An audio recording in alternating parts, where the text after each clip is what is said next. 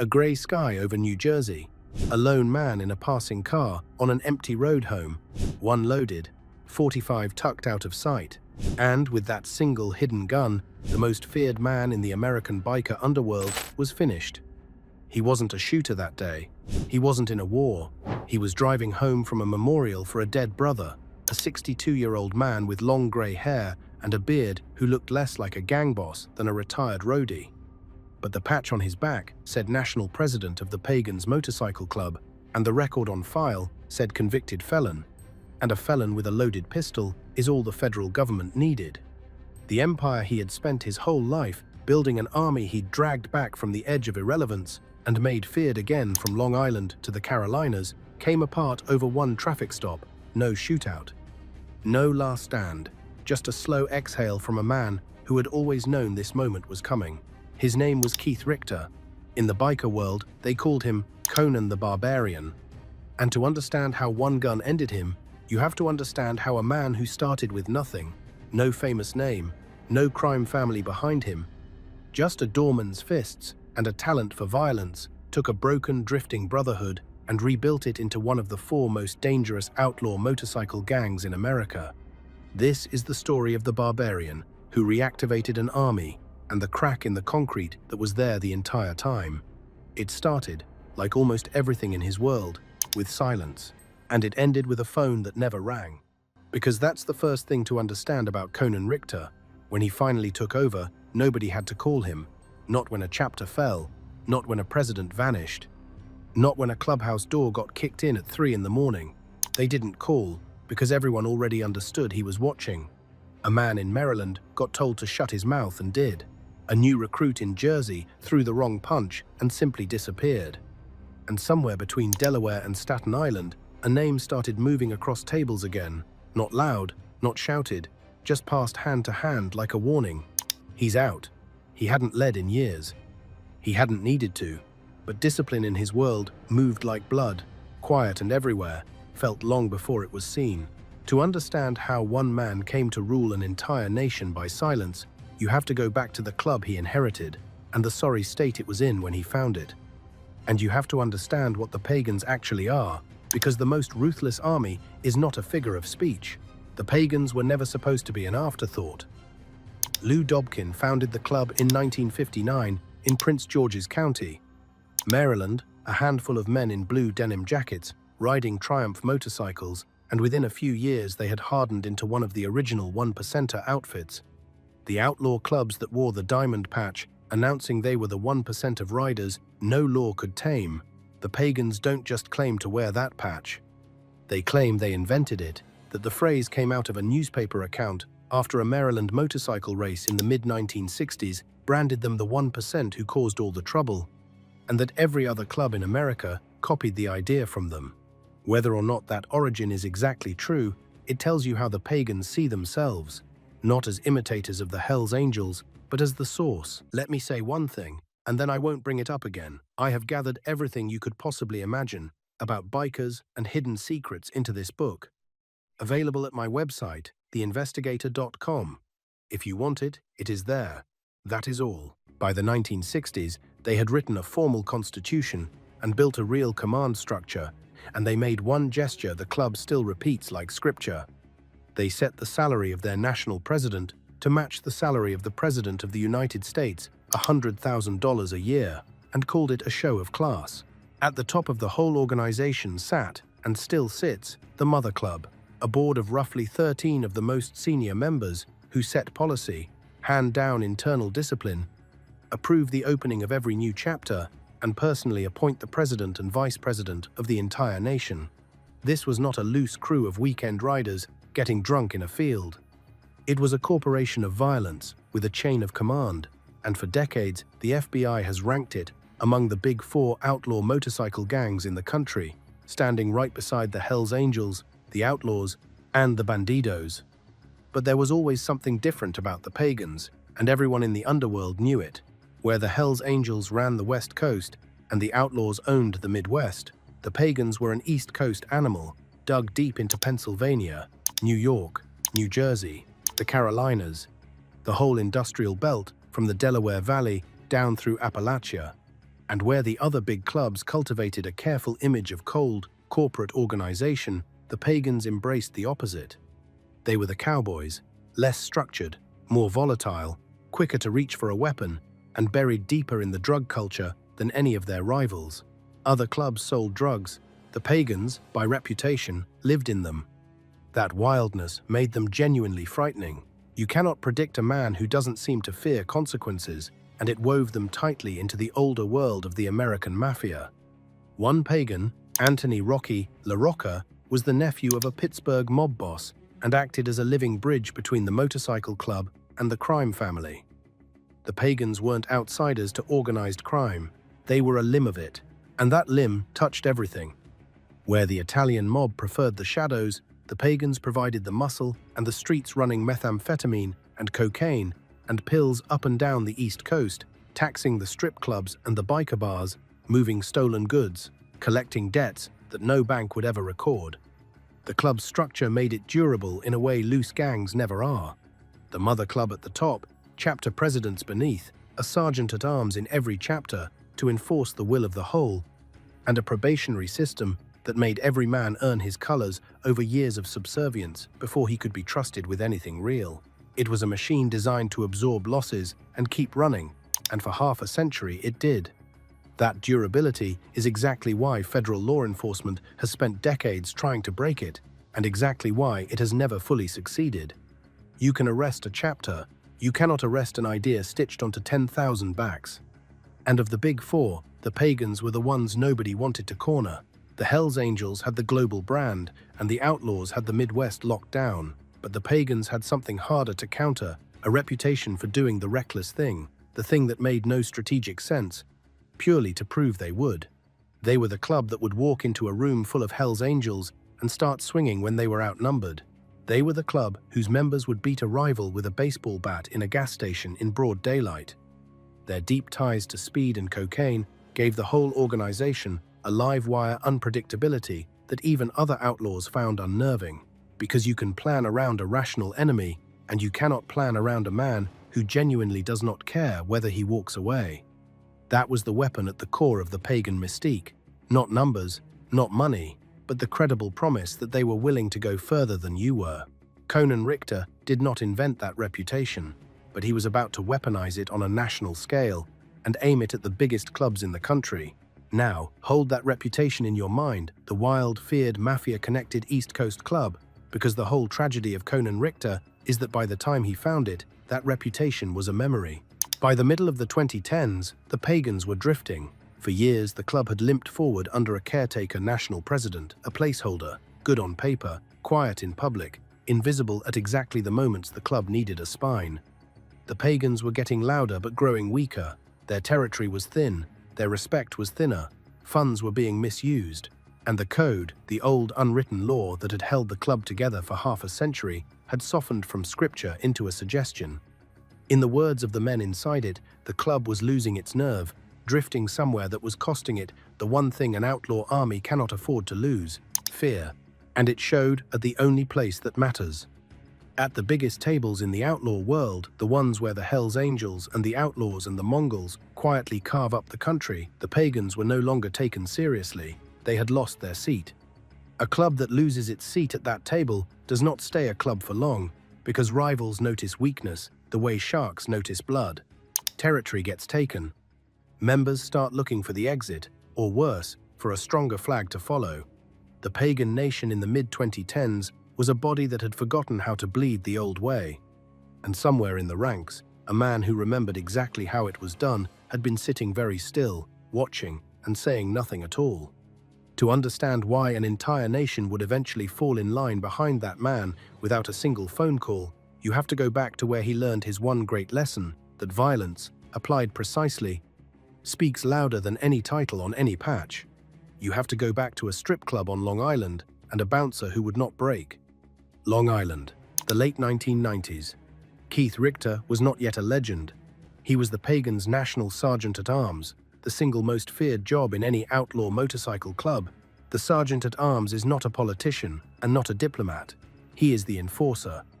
He is the man the club sends when a message has to be delivered in a language no one can misread. and he is expected to be, by design and by selection, the most violent man in the room. Richter also ran the Pagans Long Island chapter, and in that era he answered up the chain to a Philadelphia biker boss named Steve Mondevirgin, Stevie the Gorilla, a former police officer gone bad who had become a high-ranking mafia associate and ruled the club. Under that structure, Richter's entire world was discipline, and discipline in his hands came in cold steel. The business the Pagans ran on Long Island was simple and brutal. The strip clubs and go-go bars strung along the turnpikes were cash machines, and the Pagans wanted their cut. The arrangement they offered the club owners and the dancers was the one outlaw clubs have always offered outsiders operating on their turf: respect, paid in cash. Roughly $400 a week in protection money, extracted under the constant threat of violence and arson. Pay, and the trouble stays away. Refuse, and you become the trouble. It was extortion, dressed as a recreational motorcycle club, and for years it worked flawlessly because almost everybody paid. Fear did the collecting, and Richter was the reason the fear was real. A sergeant-at-arms who lets one refusal slide invites 100 more, so the job demands a man who treats every no as a threat to the entire system, because it is. In that role, mercy is a liability, and reputation is the whole product. What Conan sold, in the end, was not protection. It was the certainty that defying the Pagans cost more than paying them ever could. Every business that handed over its $400 a week was buying insurance against Keith Richter personally. The model only breaks if someone, somewhere, proves that the cost of defiance is survivable, and then the Pagans knocked on the one door that would not open. The Carousel Club sat on East Jericho Turnpike in Huntington Station. The manager and bouncer was a man named Sean McCarthy, and Sean McCarthy was not built to pay. When the Pagans came for their tribute, he told them no. When they sent Muscle to change his mind, he beat the Muscle into the pavement and sent it back the way it came. This was not supposed to be possible. The whole model depended on the certainty of fear, and here was a single bouncer who simply refused to be afraid of the most feared club on the East Coast. So the Pagans escalated, again and again, and every single time McCarthy had an answer. He put grown, patched Pagans in the hospital. He barred them from his club. He shut their extortion down cold. And according to the lawsuits and police reports that surfaced later, when beatings didn't work, they tried to burn the Carousel to the ground. Then one night, they stopped playing games. 7 Pagans surrounded McCarthy outside the club in the dark. He fought like a man who knew his life was the wager, and it was, but when it was finished, he was on the ground, bleeding from 5 stab wounds, and by some accounts as many as 7. He should have died on that pavement. He didn't. And that survival is the exact hinge on which this entire story turns, because a dead Sean McCarthy is a closed case and a solved problem. A living Sean McCarthy is a witness with a grudge and a memory. Before we follow how one bouncer brought down the enforcer who would become a king, one quick thing. If this is the kind of story you came for, the deep ones, where every name and every date matters, the subscribe button is how the next one finds you. Now, back to Long Island. Because the stabbing did not break McCarthy, it enraged him, and an enraged man who has just survived a professional attempt on his life is the single most dangerous thing in the world to the men who ordered it, because he has nothing left to lose and a great deal to tell. When federal agents came to ask him questions, Sean McCarthy answered every one. The war that followed wasn't fought with knives or guns in a parking lot. It was a whisper war, fought in interview rooms and before a grand jury. And Keith Richter, the man who had built his entire reputation on being the loudest fist in the room, was about to lose it in total silence. By then, Richter had heard that McCarthy had turned, that the bouncer was working with law enforcement, and in the outlaw code, that is the one unforgivable sin. Not violence, not theft, talking. A rat sits lower than a coward and lower than a thief, and the punishment is supposed to be absolute. So Conan did the only thing his role and his code allowed him to do. He ordered McCarthy removed. The instruction, as it later came out in open court, was specific. No guns, just knives. 2 men were to follow McCarthy out of a club and cut him. Officially, the order was to cut, not kill, but everyone in that world understood what cut meant when it came down from the National Sergeant-at-Arms. And the intent was for Sean McCarthy to disappear for good this time. And once again, against every possible odd, McCarthy lived. Only now he did more than survive. Now, he took the stand. The evidence came down like a wall of bricks. Surveillance, wiretaps, informants, the full weight of a federal case built on the testimony of the one man the pagans had tried and failed to silence. In 1998, Keith Richter pleaded guilty in open court to racketeering and to conspiracy to commit murder, and in his plea he admitted, on the record, in front of everyone, that he had personally ordered the killing of Sean McCarthy. He was sentenced to 16 years in federal prison, and just like that, the most feared enforcer on the East Coast vanished behind steel doors, taken down not by a rival club, not by a bullet in a war, but by one strip club bouncer who would not be shaken down and would not stay quiet. And McCarthy's cooperation didn't just sink Conan, it cracked open the whole Long Island operation, the protection rackets, the strip club shakedowns, the network of men who had spent years collecting $400 a week under threat of the torch. Prosecutors laid the extortion machine bare in open court, and other pagans went down alongside their sergeant-at-arms. One bouncer, refusing to be afraid, had done what a rival club with guns had never managed. He had reached into the pagans and pulled a piece of the organization out by the roots. Sean McCarthy would spend the rest of his life looking over his shoulder. Decades later, he was still fighting in court for a concealed carry permit, still openly afraid that the men he'd helped imprison would come back for him once they were free. The man who broke Conan Richter never stopped being hunted by the thing he broke. Hold on to that image, the whisper war, the man who talks, the case built not from a gunfight, but from testimony and wiretaps, and one refusal to stay silent. Because that is exactly how it would end for Conan the second time too, 23 years later, in almost the same way. He would spend the years in between learning every lesson the outlaw world had to teach, except the only one that could have saved him, that the weapon that took him down the first time would be waiting, unchanged, at the top of the mountain. That should have been the end of Keith Richter. In the outlaw world, 16 years is a lifetime. Clubs move on. Enforcers get forgotten. New men take the dangerous jobs, and the old names fade into stories told at bars. But prison did not erase Conan Richter. It concentrated him. Because he did not simply serve his sentence, he studied it. From inside, he watched the club through the visits and the letters and the grapevine that runs through every federal prison in America, and he kept a ledger in his head. He remembered every name that went quiet on him once he was locked away, every handshake that turned out to be fake, every whisper that got a little louder the moment the gavel fell and he could no longer answer it. He had 16 years, and he spent them balancing that ledger, name by name. And here is the strange arithmetic of legend in that world. His absence made him larger. The men who stayed on the street lived with the compromises, the drift, the shrinking respect, the daily erosion of the club. Conan, locked away, became something the street version of the club could never be, a symbol of the pagans the way they used to be, back when the patch still made people cross the street. His name kept surfacing on the outside in ways that told you exactly how much weight it still carried. In September 2010, federal ATF agents, who had spent 21 months infiltrating the Long Island pagans, finally raided the chapter's headquarters, a tattoo parlor in Rocky Point, and broke up what prosecutors described as a plot to attack the Hells Angels, a plot that, according to the government, was about to involve hand grenades. 19 members went down in that sweep. And when agents seized the members' jackets, one of them was covered in patches, and stitched among them were two words, "Free Conan." He wasn't even out of prison, and his men were wearing his name into a war they were planning against the Angels. The barbarian was becoming a myth while he was still behind the wall, and the club he was watching from that cell was taking a beating.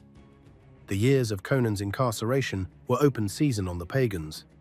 In 2009, federal and local authorities swept up 55 pagans and associates in a single coordinated operation that stretched across 8 states: West Virginia, Kentucky, Virginia, Pennsylvania, New York, New Jersey, Delaware, and Florida, on charges running from attempted murder and kidnapping to drug dealing and conspiracy. A year later came the Rocky Point grenade raid.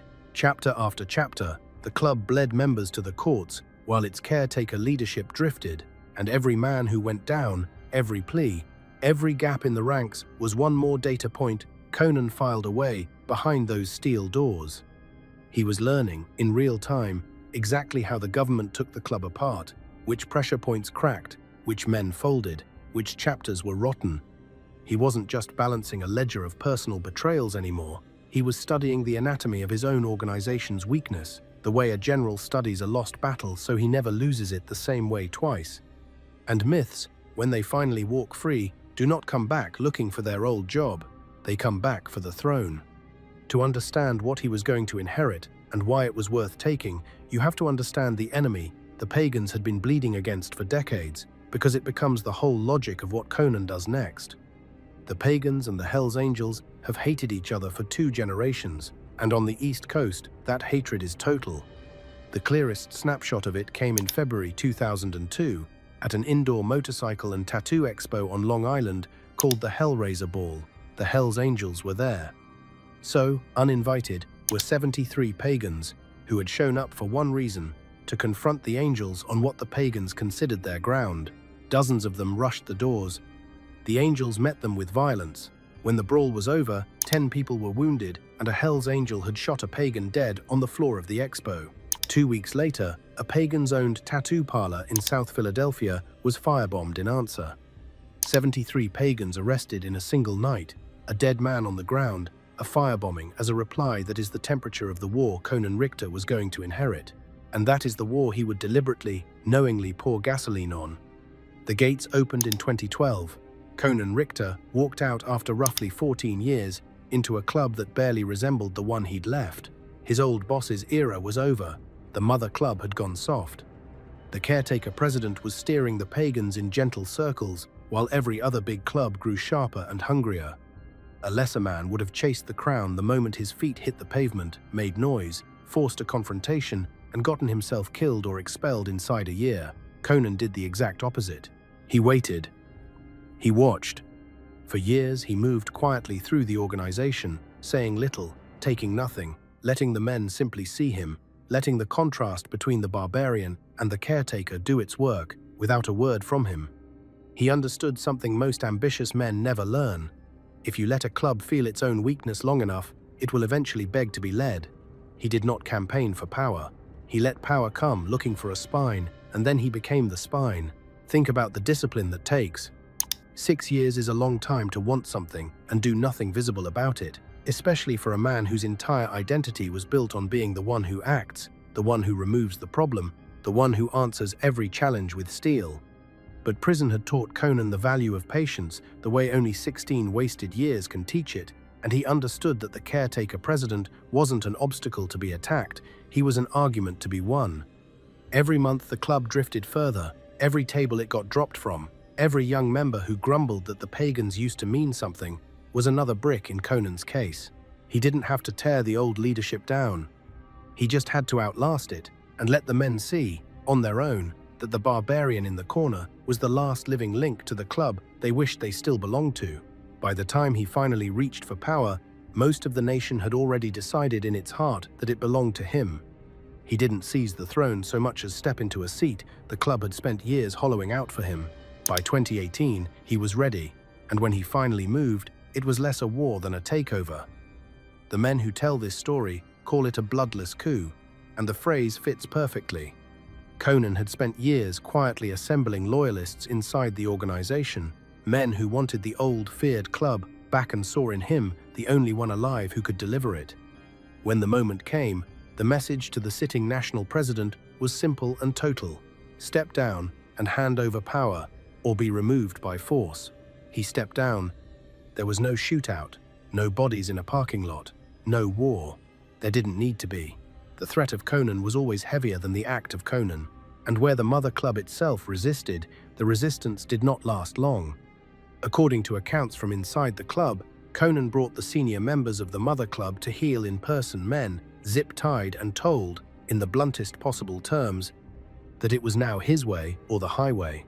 Those who wouldn't fall in line were stripped of their rank, thrown out, or forced into retirement, made to surrender the regulator patches that marked their standing. In the span of a few weeks, a club that had drifted rudderless for years suddenly had a single hand on the wheel. Keith Richter was the national president of the pagan nation, and now he was going to do the thing he'd spent 16 years in a cell designing. He was going to rebuild the army. They called it the Blue Wave. It was an expansion campaign unlike anything the pagans had ever attempted, and the sheer ambition of it was staggering. A mandate of 30 new chapters in 5 years, a flood of blue and white patches rolling up the entire East Coast. This was the plan Conan enacted almost the instant he took power, and it was pure aggression, dressed up in the language of growth. Because the pagans did not expand into empty space, there is no empty space in the outlaw world. They expanded into other clubs' territory. The Blue Wave deliberately, surgically targeted regions understood across the underworld as Hell's Angels or Outlaws' turf, northern New Jersey, Rhode Island, Connecticut, and deep into Pennsylvania. When the wave rolled into the Scranton and Wilkes-Barre corner of Pennsylvania, it planted pagan chapters in ground where the outlaws already ran support clubs. That was not carelessness. That was a message spelled out in fabric. Conan was announcing, patch by patch and town by town, that the pagans were finished being the club that got pushed around, and he was aiming that message straight at the two most powerful clubs in the country. Understand what a provocation that was. This is a club that had already spilled blood with the Hell's Angels in the open 73 pagans arrested at the Hellraiser Ball, a pagan shot dead on the floor, a tattoo shop firebombed in reply, and the failed grenade plot that the ATF broke up in Rocky Point. The two clubs had been killing each other on the East Coast for a generation. To then deliberately plant new chapters in Hell's Angels and Outlaws territory was not expansion in the ordinary sense. It was walking into the lion's den, wearing meat, on purpose, to prove you weren't afraid of the lion. Any other leader might have grown into open ground. Conan grew into occupied ground, because occupied ground was the only kind that would make the other clubs feel him. He didn't want the pagans to survive. He wanted them to be reckoned with, and you don't get reckoned with by being polite about borders, and the method was ruthlessly efficient. Some new chapters got built from scratch, prospects and all, but many came from patching over smaller clubs, absorbing an existing crew whole, stripping their old colors and reflagging them in pagan blue and gray, sometimes almost overnight. A biker bar in Virginia, a pawn shop in Indiana, a dive lot in Ohio, one after another, turning blue. Old independent clubs flipped without a fight, because the choice Conan offered them was the same choice he'd offered a strip club bouncer 20 years earlier: join, or find out what refusing costs. Chapters formed overnight. Pagan patches appeared in cities that had never seen one, and rival clubs that had grown fat and comfortable during the years of pagan drift suddenly found themselves looking over their shoulders, no longer certain which of their neighbors still had their back and which had already turned blue. Conan was rebuilding the numbers, but the numbers were never really the point. He was rebuilding the fear. He recruited aggressively, hungrily, pulling in fighters even from street gangs like the Latin Kings to fill out the ranks as fast as possible. And here, under its most ambitious leader in a generation, the club's oldest and ugliest rule held completely firm. For all Conan's hunger to grow the nation by any means, he kept the pagans closed to black members, a color line the club has never erased, even while it was recruiting from Hispanic street gangs to swell its numbers. He reinstalled his old-era boss, Stevie the Gorilla Montevirgin, the former dirty cop and mafia associate, as the head of the Philadelphia chapter, reknitting the club into its deep old connections in the mob's oldest East Coast strongholds. The organization that had lost its seat at the big table was suddenly, violently relevant again. Remember that table, the one where the Hells Angels and the Outlaws and the Mongols carved up the country, the one the pagans had been quietly dropped from during the years of drift? Under Conan, they clawed their way back onto it. When the biggest clubs in America talked territory, they now had to say the word pagans and mean it. That was the whole prize. Not the patches, not the dues, not the bars. The seat. And for the first time in decades, the pagan patch was feared not because of how many men wore it, but because of exactly who now stood behind it. But look closely at how the growth was built, because the method that made him powerful was the same method that would eventually get him killed off the throne. A chapter grown from scratch is forged men prospect for years, prove themselves, earn their colors the slow and painful way, and come out the other side loyal because loyalty cost them something. A chapter absorbed in a patchover is different. Those men didn't earn the blue. They were handed it, overnight, as the price of surrendering their old flag. They followed Conan because he was stronger, not because they were his. And a man who follows you only because you are strong will follow the next strong thing the moment you look weak. Conan was pouring thousands of those men into his army as fast as he could stitch the patches, filling his ranks with speed instead of trust. It looked like strength. It was a fault line, running quietly under everything, waiting for pressure. But in the moment, the strength was undeniable, and the scale of it was the point. Under Conan, the pagan patch wasn't a regional thing anymore. The club's colors flew across the map: California, Nevada, Delaware, Florida, Kentucky, Michigan, Illinois, Oregon, Tennessee, Virginia, Rhode Island, New Jersey, New York, North Carolina, Ohio, Indiana, dozens upon dozens of chapters, more than 100, spread across the country and beyond. He had taken a club that a rival could once have written off as a shrinking East Coast oddity and turned it into a national force with muscle in half the states in the Union. That is the difference between a gang and an army. A gang holds a corner, an army holds a map. And by the height of the blue wave, Conan Richter was holding a map, with his own hand pressing down on every inch of it.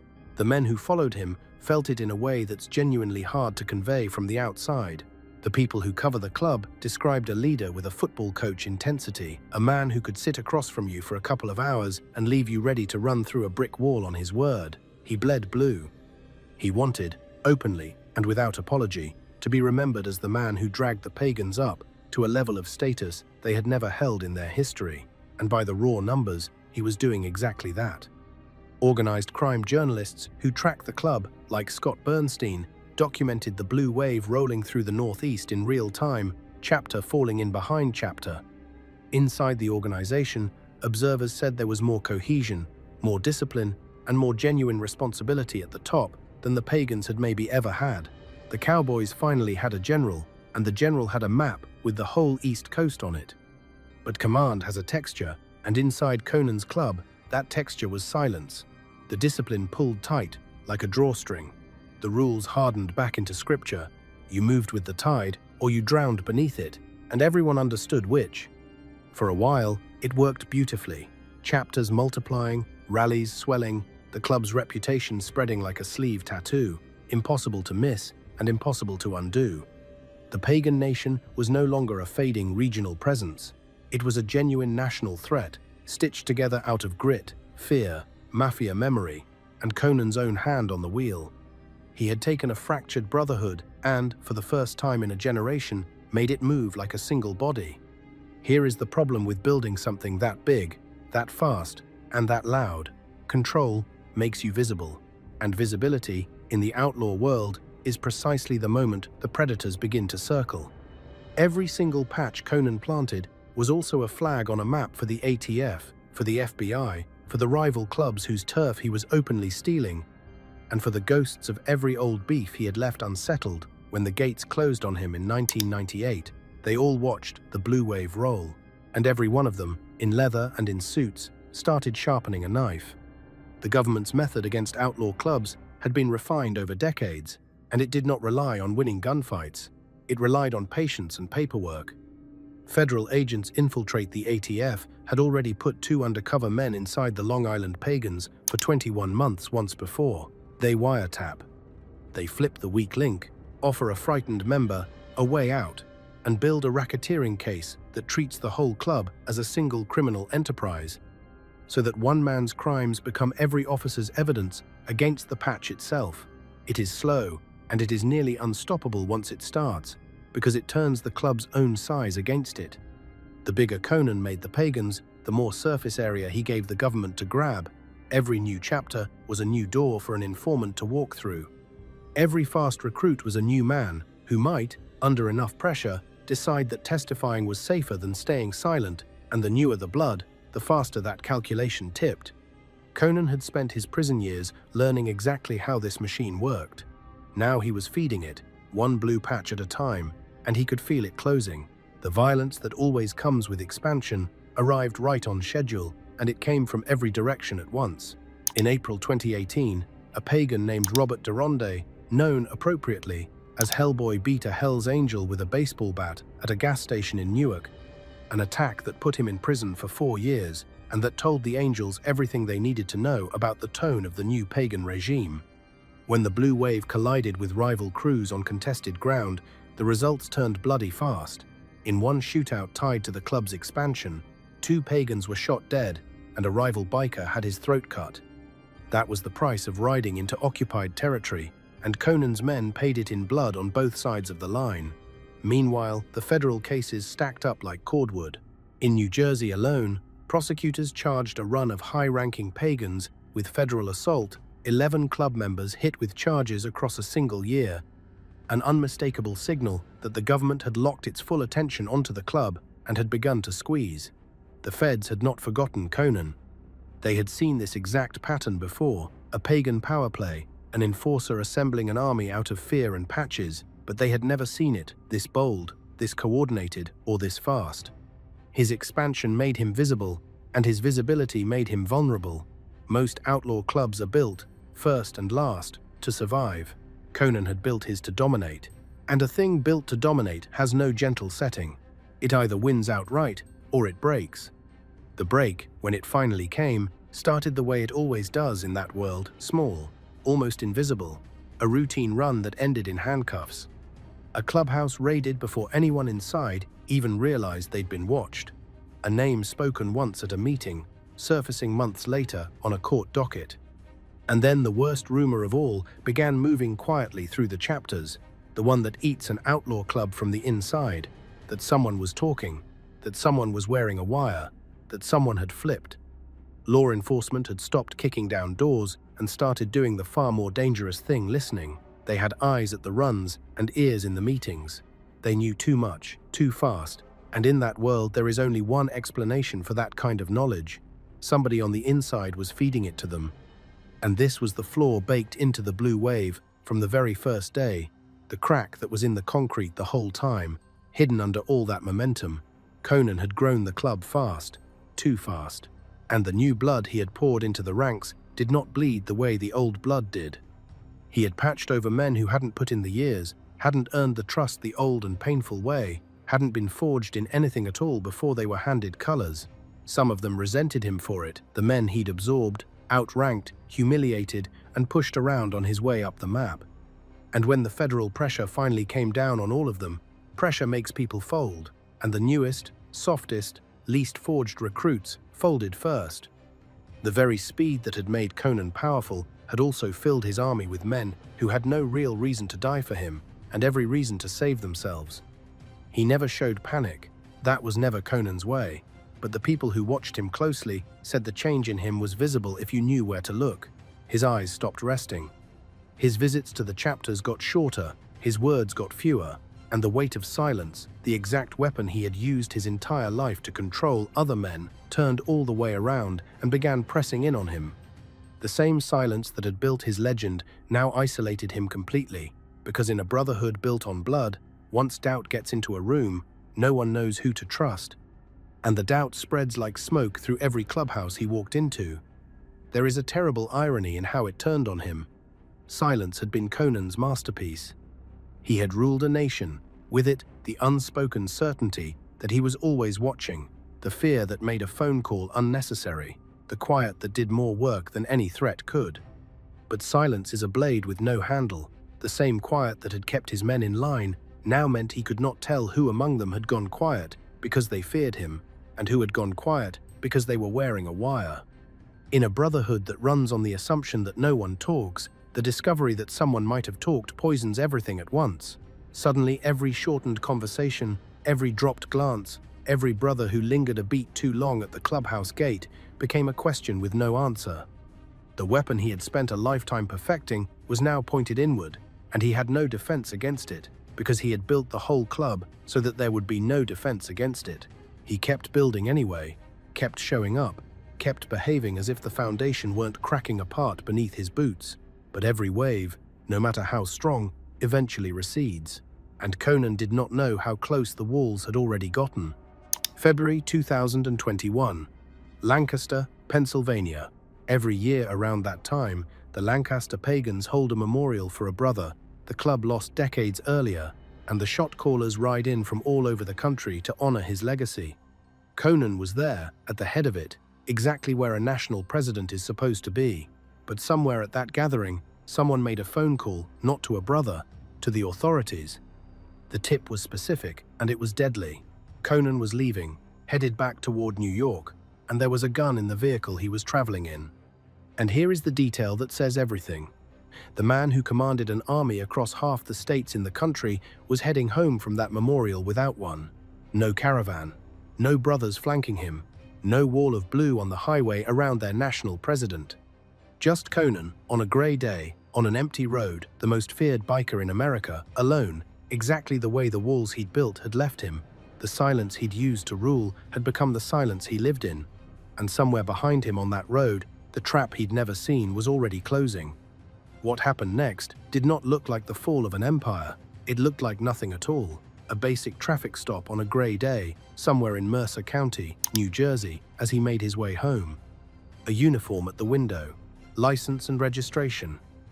But Conan had lived too long and seen too much to believe anything in his life was ever simple, and there was nothing casual in the way they came up on that car. When they asked him to step out of it, he didn't argue. He just exhaled, slow, like a man who had been waiting years for this precise knock, on this precise window. They searched the vehicle, and they found it. A loaded, .45 caliber Ruger, tucked out of sight. For almost anyone else in America, that is a minor charge, if it's a charge at all. For Keith Richter, it was the whole ballgame. Because he was a convicted felon, the 1998 conspiracy to murder plea had permanently seen to that, and a convicted felon in possession of a loaded firearm is a federal crime with real teeth. He was not allowed to be anywhere near a gun, and here was a loaded one riding home with him from a pagan gathering. That single weapon, cold, quiet, never fired, turned out to be louder than anything he had ever said in a courtroom in his life. Local officers reportedly let him go at first. Then the federal government got involved, and the man who had rebuilt an entire outlaw army was suddenly looking at real prison time over one hidden pistol on a highway. There was no protest, no last stand, no war, just silence, the same silence that had once held his club together, now wrapping itself tightly around the man who had made it law. The headlines barely registered what had actually happened. Pagan's national president pleads guilty to a firearm charge, 33 months. To the outside world, it was a footnote, a biker caught with an illegal gun, but anyone who understood the arc knew it was never really about the gun at all. It was about the accumulated weight of too many seasons at war, too many enemies made in too little time, too many cracks that no single man could ever seal. It was about an empire that had grown so fast and so loud that it finally pulled every predator on the continent toward one grey road in New Jersey and closed the trap. In October 2021, Keith Richter stood in federal court in the District of New Jersey and pleaded guilty to being a felon in possession of a firearm. He faced up to 10 years. The judge sentenced him to 33 months, 2 years, and 9 months. And there is a bitter theory that has trailed the case ever since, whispered by people who knew the club from the inside, that Conan was set up, not by the government, by his own. That, in his hunger to expand, he had patched over too many men who never earned it, humiliated too many old members, and made too many enemies who wore the very same colors he did. That the phone call in Lancaster came from inside the family. Whether that is true has never been proven, and it may never be. But it fits the oldest pattern in the outlaw world, the one that predates the pagans and will outlive them. The thing most likely to kill a king is not the rival across the table. It is the man beside him who smiles while his hand drifts toward the knife. And if that theory is right, then Conan wasn't betrayed despite the blue wave. He was betrayed because of it. Every man he'd patched over without making him earn it. Every old member he'd zip-tied and stripped of rank. Every proud independent crew he'd swallowed whole and reflagged in blue. Each one was a grievance, walking around in his own colors. He had built his throne on speed, and speed had filled the room with men who owed him nothing but resentment. The very fault line that made his army fragile in front of the government was the same fault line that could put a phone in a bitter man's hand at a memorial run in Lancaster. He had spent years teaching the club that no one talks. He forgot to make sure the club still loved him enough to obey the lesson. The barbarian conquered the nation. He never quite conquered the men inside it. The rest of it reads like a receipt. Conan stepped aside from the presidency, and a pagan out of Virginia, known as Big Bob, stepped in to fill the sudden void at the top. Conan served his time at a federal lockup in South Jersey and walked out again in the summer of 2023, back home to Long Island, and for a while, there was talk in the underworld that the barbarian would pick the blue wave right back up where he'd been forced to drop it. But a crown, once it slips off a man's head, rarely sits the same way twice, and the leadership of the club has since changed hands more than once. The nation moves forward. It always does. That is the whole point of an organization like this. It is engineered to survive the loss of any single man, even the one who reached down and saved it from its own slow death. And the government did not stop hunting when Conan went down. The machine he built kept running without him, and law enforcement kept taking it apart, piece by piece. Federal cases against pagans across New Jersey and up and down the coast continued to stack. The leadership itself churned Big Bob in, then others, the throne passing from hand to hand in a way that would have been unthinkable under the iron silence of Conan's best years, when a single phone call was more than anyone dared make. The club that Conan had made, Feared Again, was now, precisely and only because it was feared again, the single biggest target on the East Coast's outlaw map. He had wanted the pagans to matter. He got his wish in full. And in that world, mattering is the most dangerous thing there is. It is the thing that turns a proud patch into a flag. Every agency in the country is trained to salute with a search warrant. There is a cruel symmetry in it. The exact quality that made Conan a legend, the relentless drive to grow, to dominate, to be seen and feared, was the quality that painted the target on his own back and on the backs of every man who followed him. He could not build the army quietly. An army that isn't seen isn't feared, and an army that isn't feared is useless to a man like Conan. So he made it visible on purpose, knowing on some level what visibility costs in that world, and betting he could outrun the bill. For a few years, he did. Then a memorial run, a phone call, and a hidden pistol collected it all at once.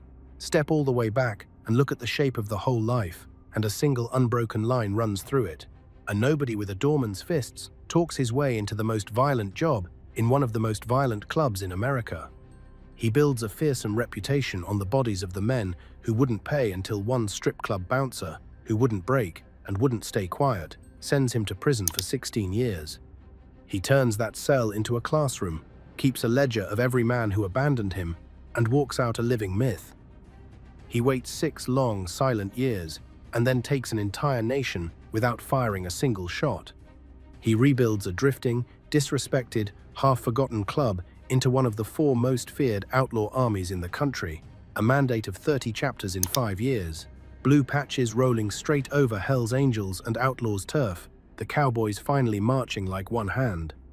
And then that same hand reaches too far, closes into a fist around itself, and the whole empire ends over one loaded gun on a quiet road, brought down by the exact 2 weaknesses that were there from the very first extortion on Long Island, the men who will not be silenced, and the men on the inside who talk. And notice how the beginning and the end rhyme. In 1998, Keith Richter was undone by a man who would not stay silent, a bouncer who talked, a whisper war, a case built from testimony instead of bullets. In 2021, at the very top of the mountain, he was undone the exact same way, a tip-off, a quiet phone call from someone who should have kept his mouth shut, a case that needed no gunfight at all. 23 years apart, the same weapon, the same wound. He had learned to take a nation without firing a shot. He never learned to survive the one thing that had always been able to kill him, the human mouth. All the discipline, all the silence, all the fear he manufactured could not close that one door, because that door doesn't lock from the inside of an organization built on other people's loyalty. He did not rule by being loud. In the end, the loudest man in every room, ruled by being the one man everyone believed, was always silently watching. He took a broken brotherhood and, for a few short years, made it move like a single living body, again disciplined, feared, unmistakable, dangerous. He came from nothing, no name, no bloodline, no inheritance, but his own capacity for violence, and he willed himself into a throne that men born into that world never reach. That is the part worth remembering. Not the fall, but the climb. A doorman who decided the rules of the most dangerous fraternity in America did not apply to his ambitions, and was right for just long enough to prove it. And when it came apart the way he had always known it would, without noise and without mercy, because even a barbarian doesn't outrun time. The pagans will go on. They already have. But somewhere in the long memory of that world, they will keep telling the story of the enforcer who became a king, the nobody who reactivated an army, and the fist that finally closed around its own hand. So here is the question worth sitting with. Was Conan Richter, the last true barbarian the outlaw world will ever produce, a throwback who dragged an entire nation back to the old ways by sheer, terrifying will, or just the newest proof that in that life, the higher a man climbs, the shorter and harder the fall? Drop where you land in the comments. And if you want the next story like this one, the kind where the truth cuts deeper than any fiction ever could, subscribe and stay for the ride.